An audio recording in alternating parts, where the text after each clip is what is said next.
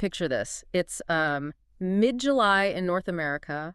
The temperature on the pitch is hovering right around 95 Oh, degrees. yeah, just absolutely brutal conditions. Right. And the humidity is so thick, you could basically carve it with a knife. Yeah. You've got a team that just flew like 4 hours across 2 time zones the day before. Yep.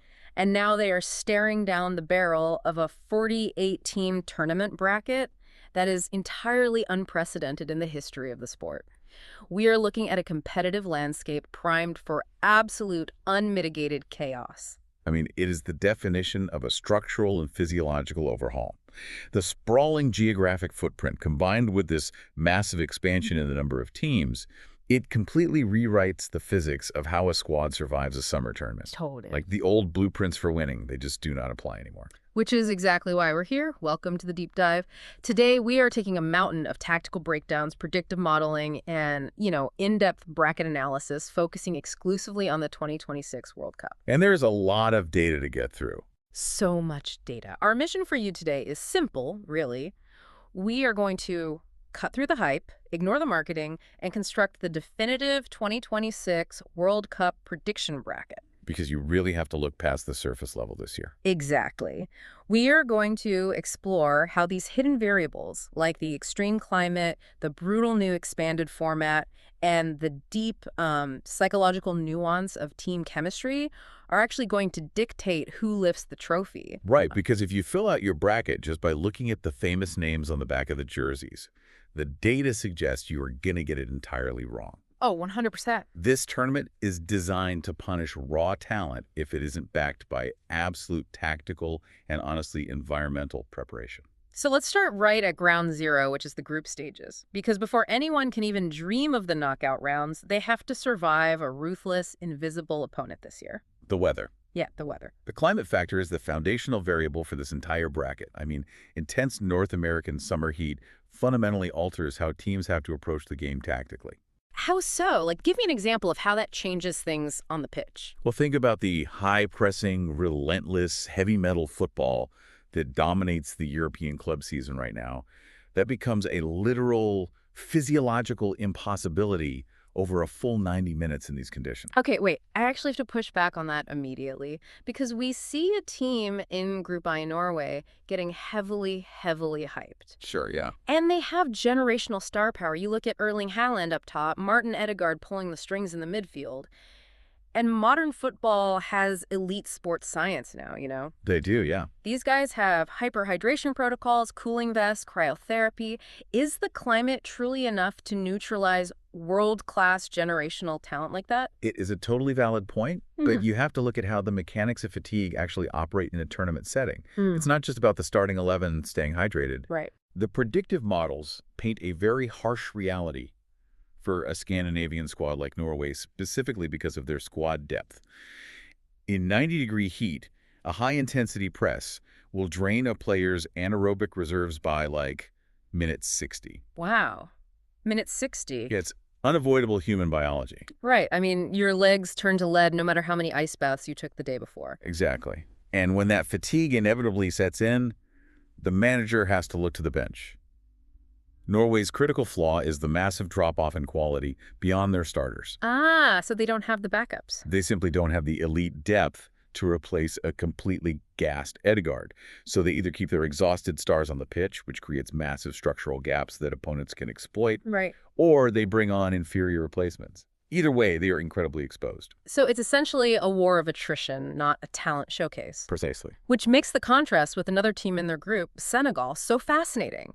Because the bracket projections have Senegal not just surviving, but actually topping this group of death. Yeah, finishing ahead of both France and Norway. That's huge. Well, Senegal represents the polar opposite of Norway in terms of environmental readiness and tactical pragmatism. They are a physically dominant African nation that is exceptionally well-versed in grueling climatic conditions. So the heat isn't a shock to the system for them. Not at all. But it's not just that they are used to the heat, it's how they manage the game tactically. Break that down for us. How do they actually manage that energy on the pitch? Instead of a frantic high press, Senegal utilizes a highly disciplined mid-block. They essentially dare the opponent to try and play through them, and they stay incredibly compact. Oh, I see. This forces the other team to expend all their energy passing side to side. Senegal rests on the ball, they absorb pressure, and then they use the explosive pace of their wingers to hit on the counterattack. Wow, that's smart. They don't burn out by minute 60 because their entire tactical system is designed around energy conservation and sudden lethal bursts of speed. That makes total sense. They basically let the opponent fight the weather while they just wait for the mistake. Exactly. We also see this environmental edge playing out in Group A with Mexico. The analysis points out they're perfectly positioned to leverage the intense environment. Oh, definitely. They know the altitude, they know the heat, and they have this massive home field advantage with the crowds. And that home field advantage, it isn't just about noise. It means they aren't dealing with the psychological toll of hostile travel. Relying purely on European club pedigree is a massive trap this year. The environment acts as the great equalizer. Because the physical toll of the group stages doesn't just vanish when you advance. All that exhaustion, those heavy legs, that cumulative fatigue, it leads directly into a brand new, incredibly brutal variable for 2026. The extra knockout hurdle. Yeah, the round of 32. This is where the architecture of the tournament completely changes. Historically, if you survived the group stage, you were immediately in the round of 16. Right, the prize was right there. Exactly. You were just a few games from the final. Now, this sprawling 48-team structure forces heavyweights to face off dangerously early. It seems incredibly cruel, honestly. Does this essentially mean the days of big teams kind of warming up during the group stages are officially over? Oh, they are entirely over. Because you used to see traditional powerhouses treat the first two group games as like a dress rehearsal. They'd play in second gear, rotate their squads, and only really turn it on for the knockouts. That era is completely dead. Because of the sheer volume of teams and the math of the bracket, if you try to coast, you will drop points. Right. If you drop points, you get a lower seed, which forces you into a high-stakes collision with a top-tier team almost immediately in the round of 32. Ouch. You're playing a sudden death match on tired legs against an opponent who might be treating this game as their World Cup final. Which gives us some absolutely devastating early matchups. I want to look at the projected heartbreak of Morocco versus the Netherlands. Yeah, that one is rough. Morocco were the absolute darlings of the last World Cup. They bring immense depth, incredible flair, and this beautiful, fluid style of play. Yet the bracket predicts a painfully early exit for them here. It is the perfect example of how fatigue destroys flair. The Netherlands are not projected to play beautiful, romantic football. They are projected to play a highly pragmatic, almost cynical style under these conditions. Cynical in what way? What does that actually look like when they step on the grass? Well, it means relying on a resolute, low defensive block and a willingness to commit tactical fouls to break up the rhythm of the game. I see. When you have a flair-based team like Morocco, they rely on quick, intricate passing triangles in the half spaces to break down defenses. But that requires razor-sharp physical and mental reflexes. And they just won't have that if they're exhausted. Exactly. When you are dealing with early tournament exhaustion, those intricate passes start missing by a few inches. The Netherlands will simply suffocate the space, frustrate the Moroccan attackers, and honestly, probably grind out a 1-0 victory from a set piece. Pragmatism eats exhaustion for breakfast. Just brutal efficiency. And they aren't the only casualty this round. Look at Turkey versus Canada. Canada has the home advantage. They have the crowd. They have the momentum of hosting. Yep. But the predictive model strongly favors Turkey to completely stun the hosts. You have to look at the profile of the Turkish squad. They're bringing a young, highly technical team filled with players who compete in the Super League and across Europe in intensely hostile, high-pressure environments. Oh, that makes sense. Playing in front of a loud Canadian crowd isn't going to rattle a player who routinely plays in the Istanbul derbies. Turkey's tactical execution under pressure is just vastly superior. We also have to talk about Japan. The data continues to flag them as a major giant killer. They really are. They seem to have cemented this identity as a dark horse capable of knocking out top-tier opposition early. Japan is fascinating because they essentially weaponize tactical discipline. A lot of top-tier teams expect an easy progression against them, but Japan uses very specific coordinated pressing triggers. Pressing triggers? Like what? Well, they might let an opposing center back hold the ball, looking completely harmless. But the second a pass is played into the midfield, 4 Japanese players collapse on the receiver simultaneously. Just swarming them. It completely dismantles teams that lack cohesion. So if we synthesize this round of 32, it's basically a giant filter.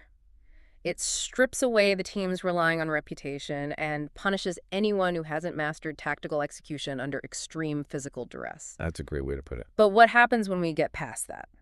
Because the exhaustion is only going to compound. As we move into the quarterfinal blockbusters, the data points to a massive shift. A huge shift, yeah. The deciding factor stops being purely about physical endurance, and it becomes a psychological battle.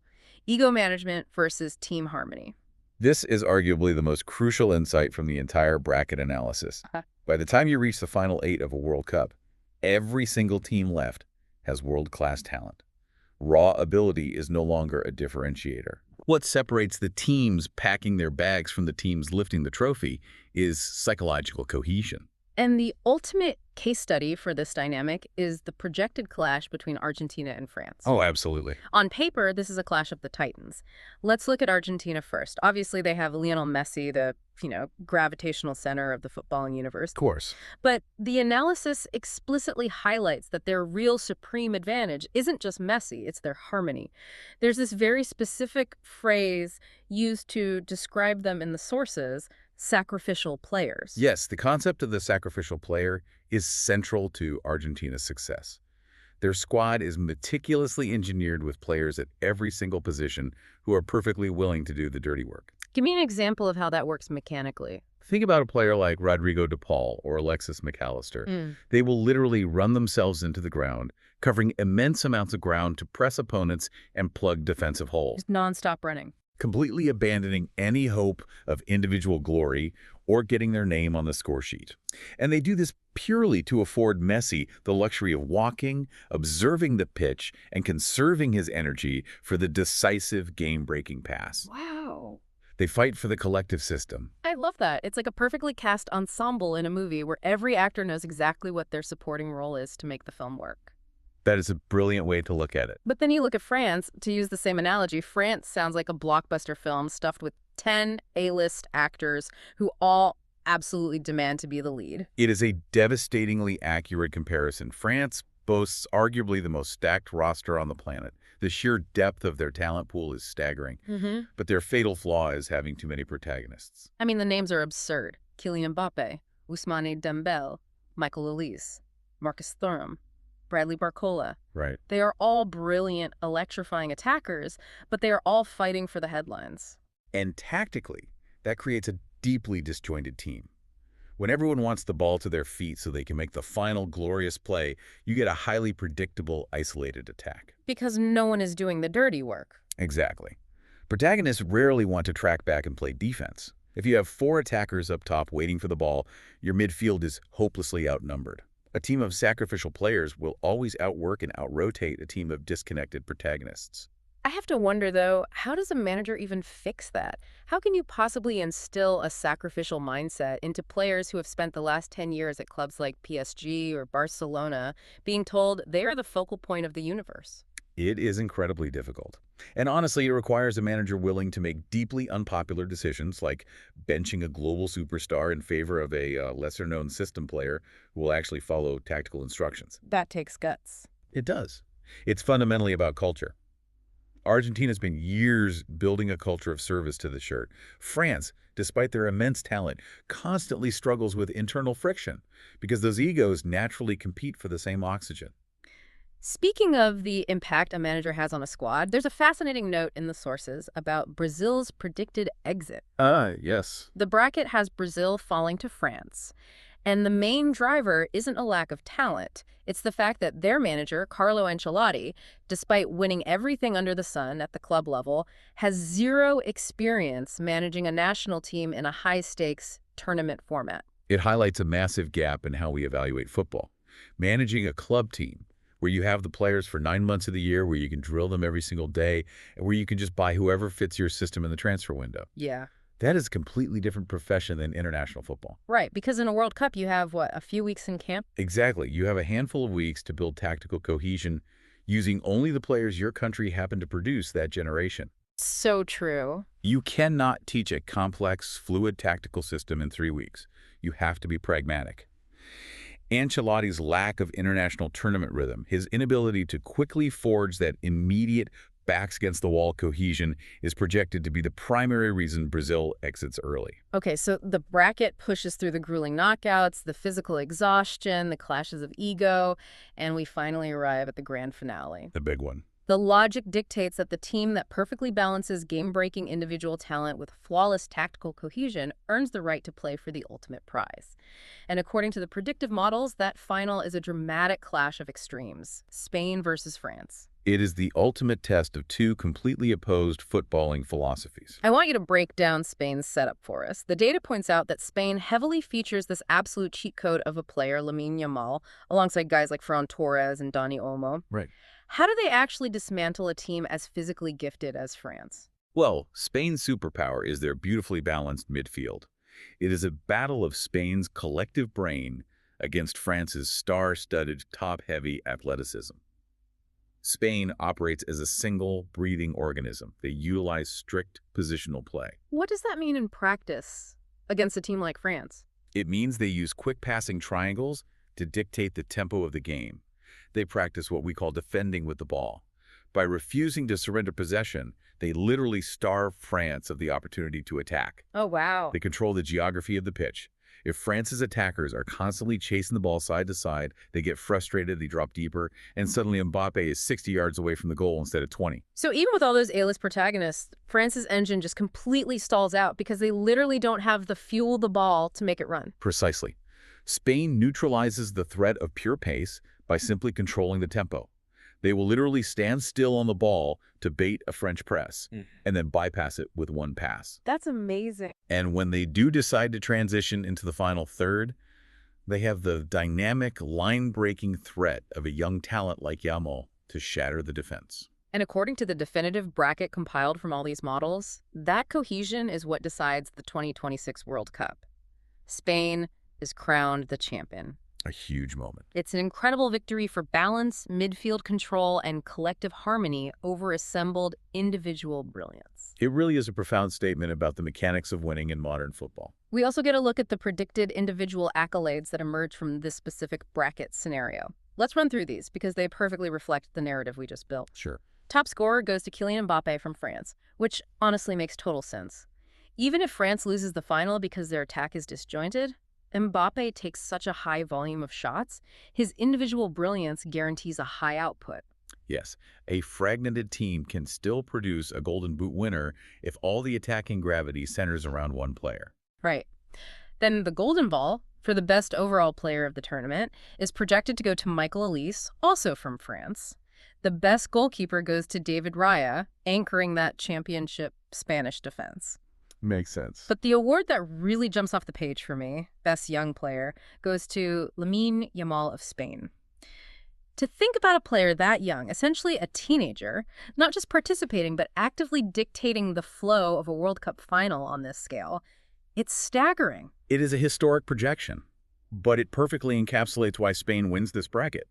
Yamal isn't just an isolated talent trying to beat four men by himself. No. He is a fearless generational talent who is seamlessly integrated into a larger tactical machine. So let's bring this all together. We started with the sweltering, unforgiving heat of the North American group stages. We saw the mechanics of how a team like Norway will physically wilt, while a disciplined, pragmatic Senegal will thrive. Absolutely. We navigated the sheer exhaustion of the new round of 32, where tactical cynicism allows the Netherlands to break the hearts of a flair team like Morocco. And we examined the psychological battleground of the quarterfinals, proving the absolute necessity of sacrificial players, right?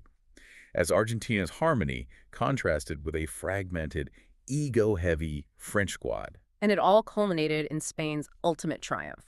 A masterclass proving that a unified, balanced midfield will always be the ultimate weapon against raw athleticism.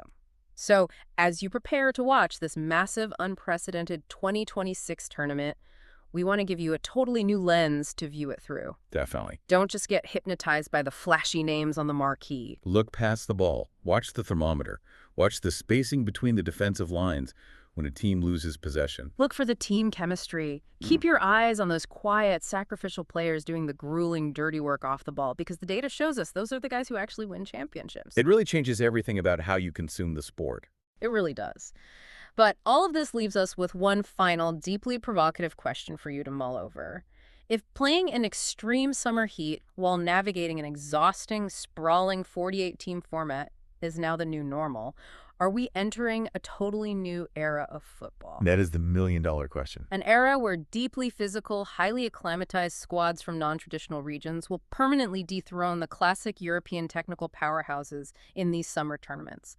Will the sheer physics of the bracket finally break the European machine? Something to think about.